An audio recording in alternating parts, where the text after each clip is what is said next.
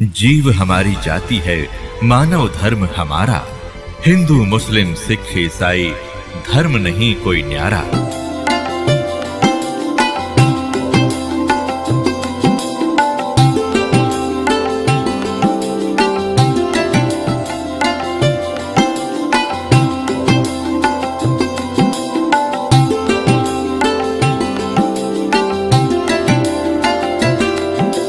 एक समय बनारस के अंदर, काशी के अंदर एक दामोदर नाम के बहुत बड़े व्यापारी रहा करते थे, बिजनेसमैन।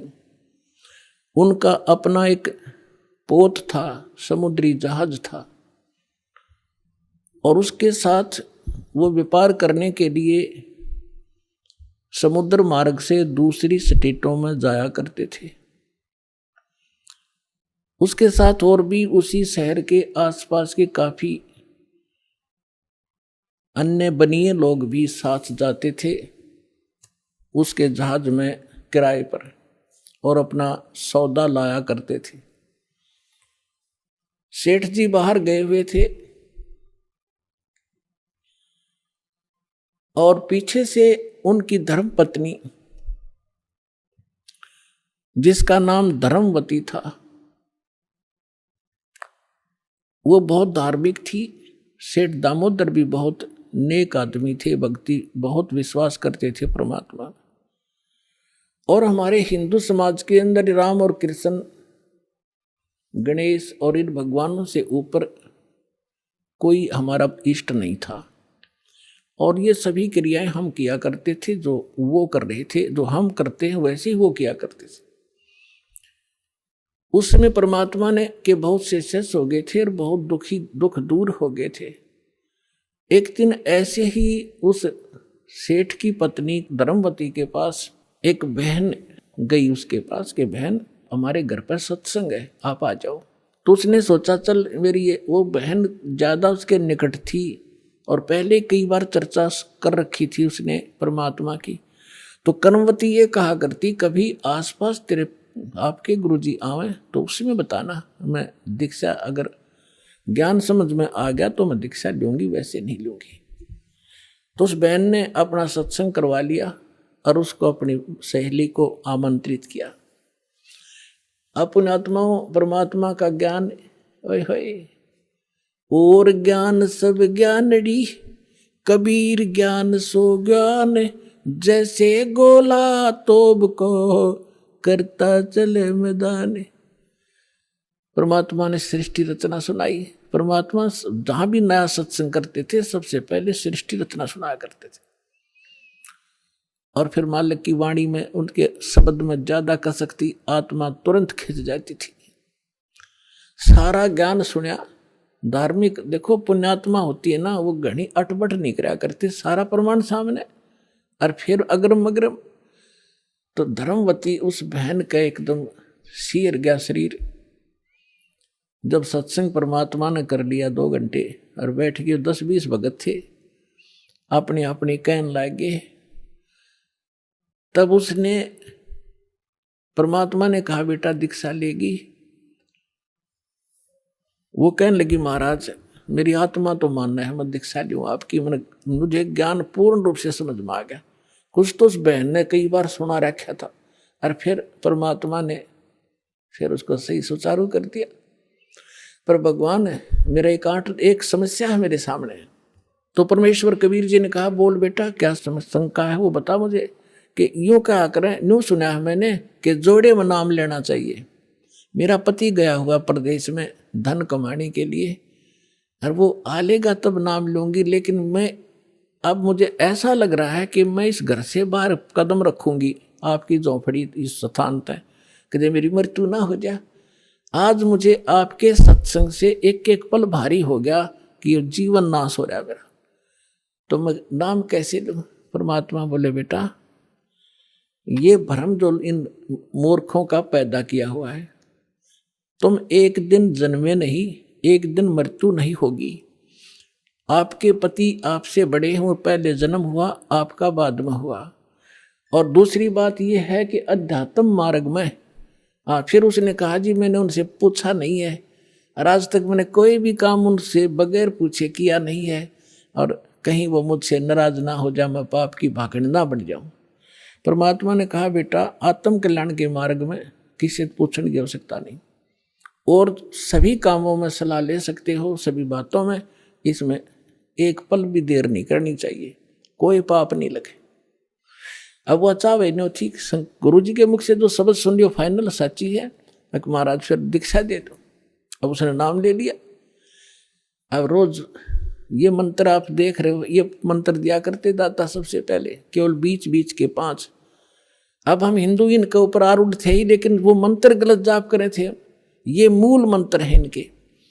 जैसे आपको बहुत बार बताया है, जैसे एक भैंसा होता है या जो बैल होता है, खागड़ जिसने कहे, उसने वैसे कहे जाओ भैंसा भैंसा, कतई नहीं सुने। अरे एक बार न्यू कर दिया हुर्र, वो न्यू देखेगा और भाग उसकी तरफ दौड़ना हो जाएगा। तो उसका अट्रैक्शन है, विवश है उसके उस शब्द से, वो खिंच जाता है। तो ये वो मंत्र है। और परम संत से लिए बिना ये मंत्र सूखे जाप करने तो लाभ नहीं हो। एक नियम है, उस नियम के अनुसार ही आपने चलना पड़ेगा। तो ये मंत्र दिए उसने, मतलब गदगद होगी, अक्सर भगवान ही न था। यही तो हम देवता पूजा करते थे। परमात्मा ने कहा बेटी यह पूजा नहीं है, ये यहाँ के संरक्षक हैं, और मूल पूजा तो सतगुरु की है। अब परमात्मा ने उस समय ये तत् और सत और सार, ये सार नाम ये छुपा कर रखना था। ये प्रथम मंत्र इसलिए दिया था कि इनके संसारिक काम सुलझे रहेंगे, इनको सुख होता रहेगा, इनकी भगवान में आस्था बनी रहेगी, और इस मंत्र से इनका जन्म मनुष्य का होता रहेगा। इन आपको यहाँ तक लाना था, इस बिचली पीढ़ी तक। धर्मदास मेरी लाख दुहाई, ये मूल ज्ञान और मूल मंत्र की बाहर ना जाए। मूल मंत्र मूल ज्ञान बाहर जो पढ़ी, बिचली पीढ़ी हंस नितर ही। मूल ज्ञान तब तक छुपाई जब तक द्वादश पंथ ना मिट जाए। जब तक ये कलयुग 5505 वाला समय नहीं आना था, तब तक इसको गुप्त रखना था। सभी महापुरुषों से परमात्मा ने प्रतिज्ञा दिला दी थी। तो इस मंत्र को पाकवा तो गदगद होगी, खूब डट कर भजन करे, आत्मा बिल्कुल खुश होगी। जो भूत प्रेत की बाधाएं थी थोड़ी बहुत सबके घर में बढ़ रहेंगे, वो भाग भूगे, उड़गी सी काया होगी।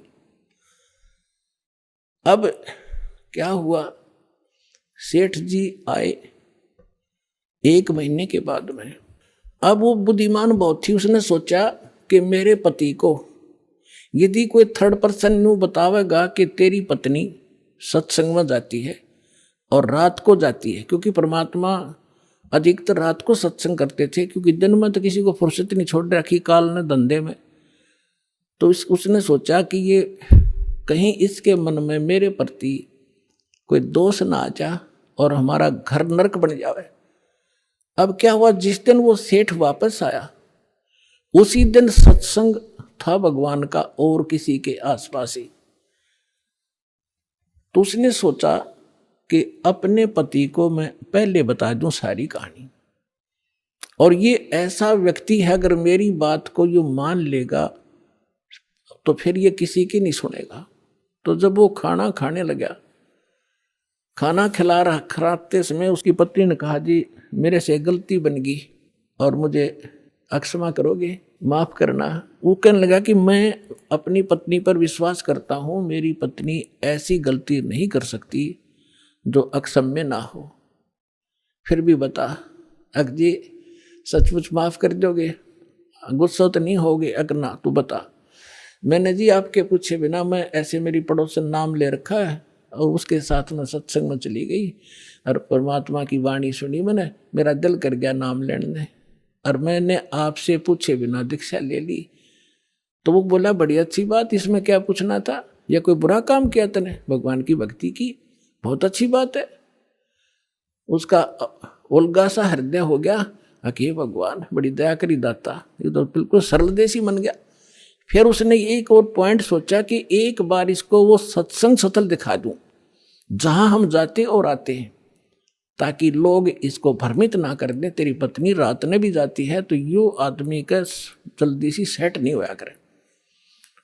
और उस दिन सत्संग भी था। तो उसने कहा जी ऐसा है, गुरुजी का आज सत्संग है वहां पर, और मेरी साथ की सारी सहेली चली गई, मैं आपके भोजन पानी में लग गई और देर होगी, और ना गई तो गुरु जी के दिन नाराज हो जा, आप मेरे साथ चल पड़ो। तो वो कहने लगा देखो मैं थका हुआ हूँ, दूर से आया हूँ, आप जाओ। और नो बोली आप मैं जाऊँ कैसे, रात का काम, कोई साथ नहीं मेरे। तो वो कहने लगा मैं चल पड़ूंगा, और जाते मुझे नींद आवेगी, बता मैं क्या सत्संग सुनूंगा।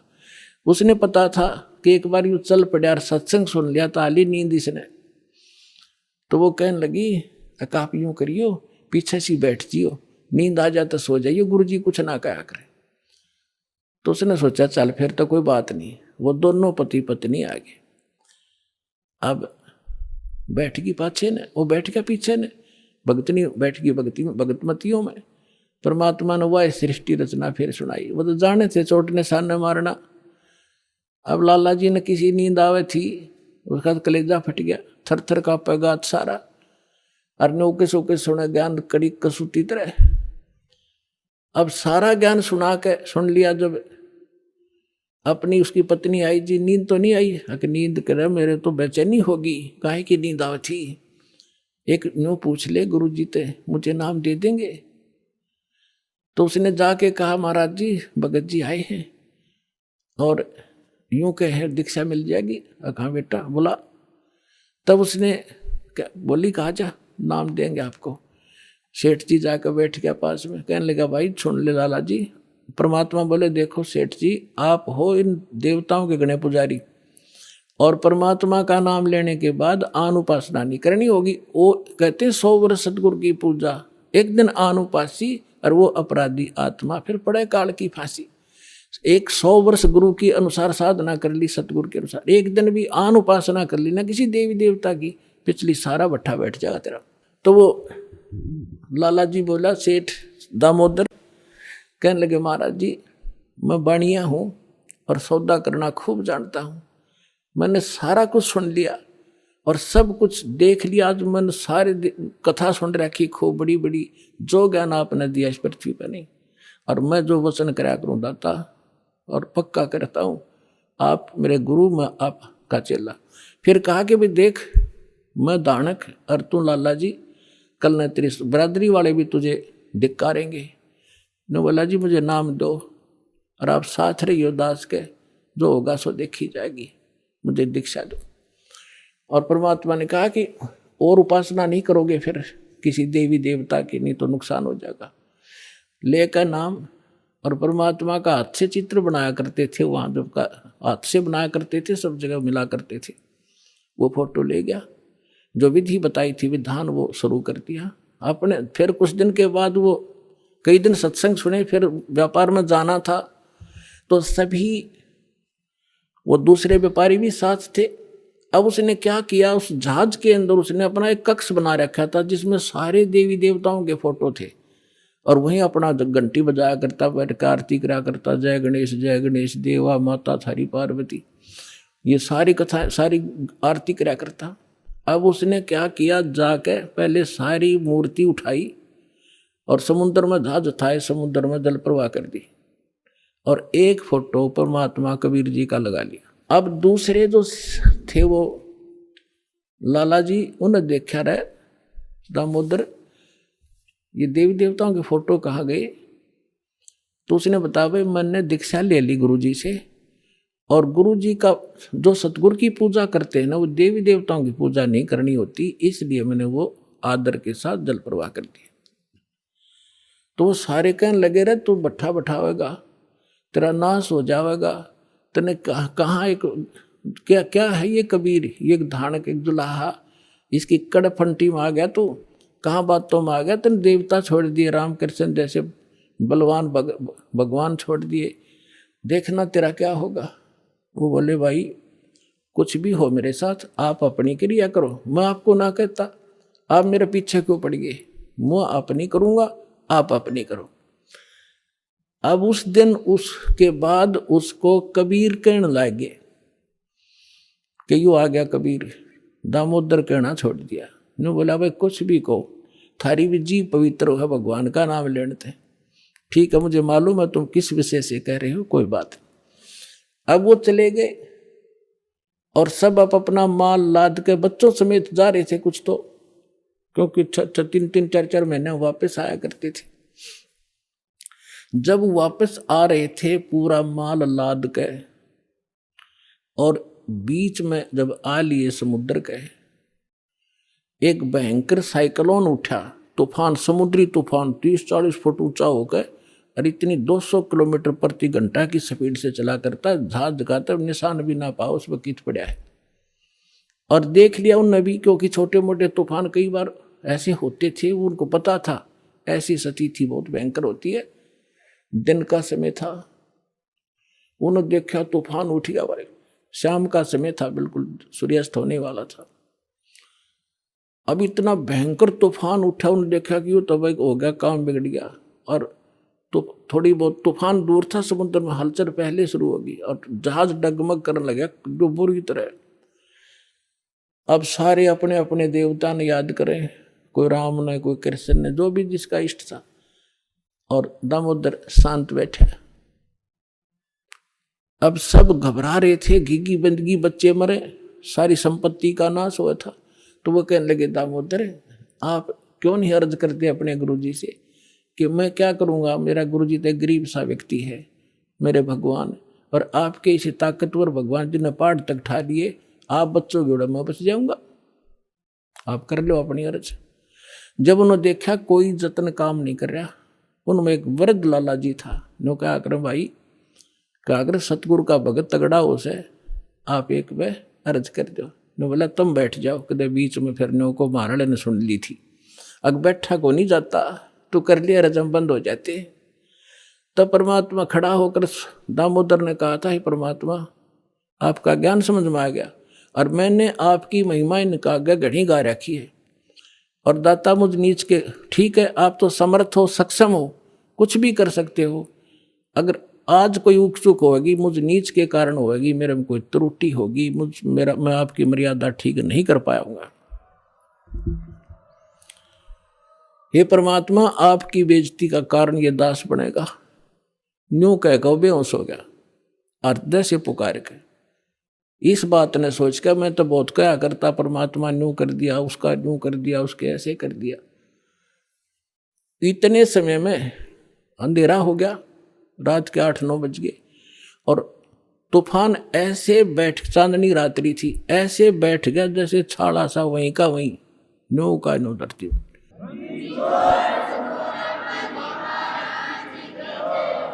और समुद्र के जल में जरा सी भी हलचल नहीं।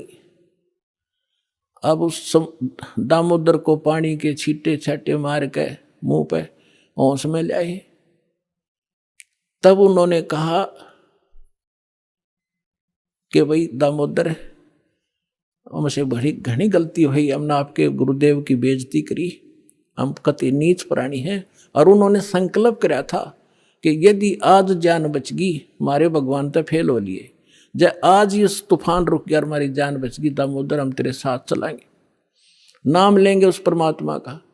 तब दामोदर को कंधे पे बैठा लिया उन लालाओं ने, और बोले बोलो दामोदर की जय। ने बोला नहीं, जय बोलो जिसने यू काम कराया है, बोलो कबीर परमेश्वर जी की जय हो।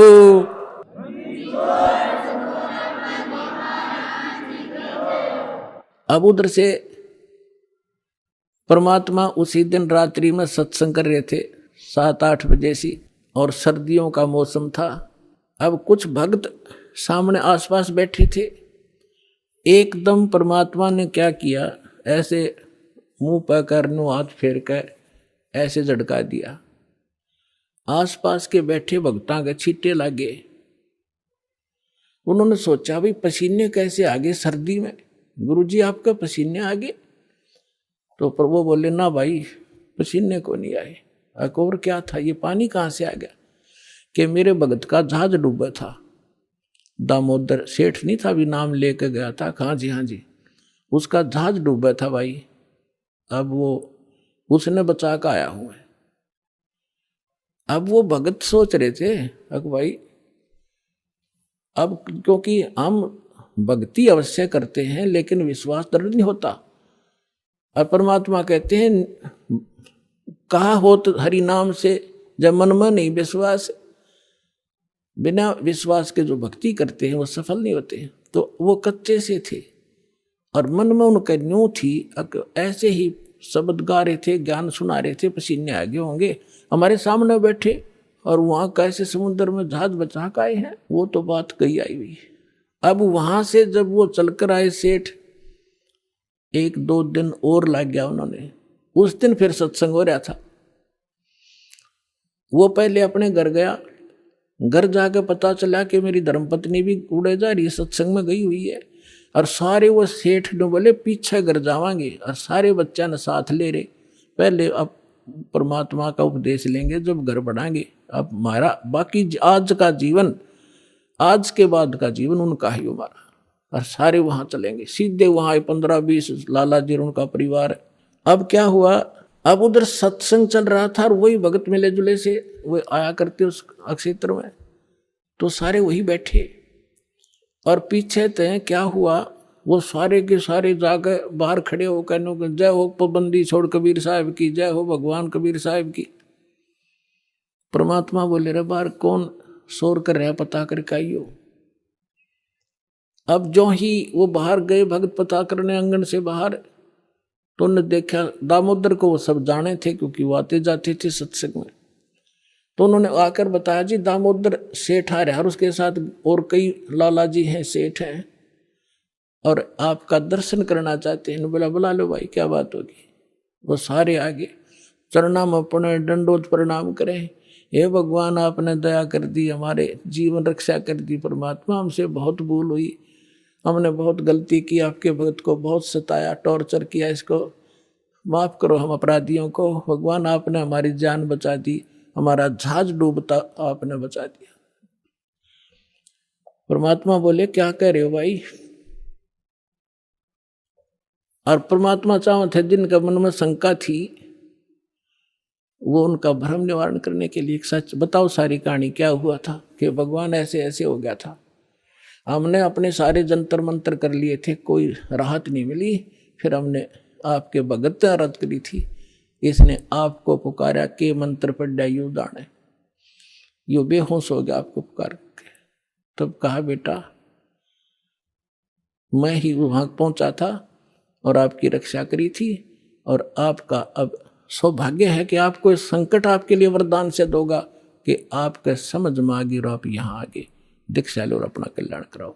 सभी ने नाम लिया, उनका कल्याण हुआ। बोलो सतगुरुदेव।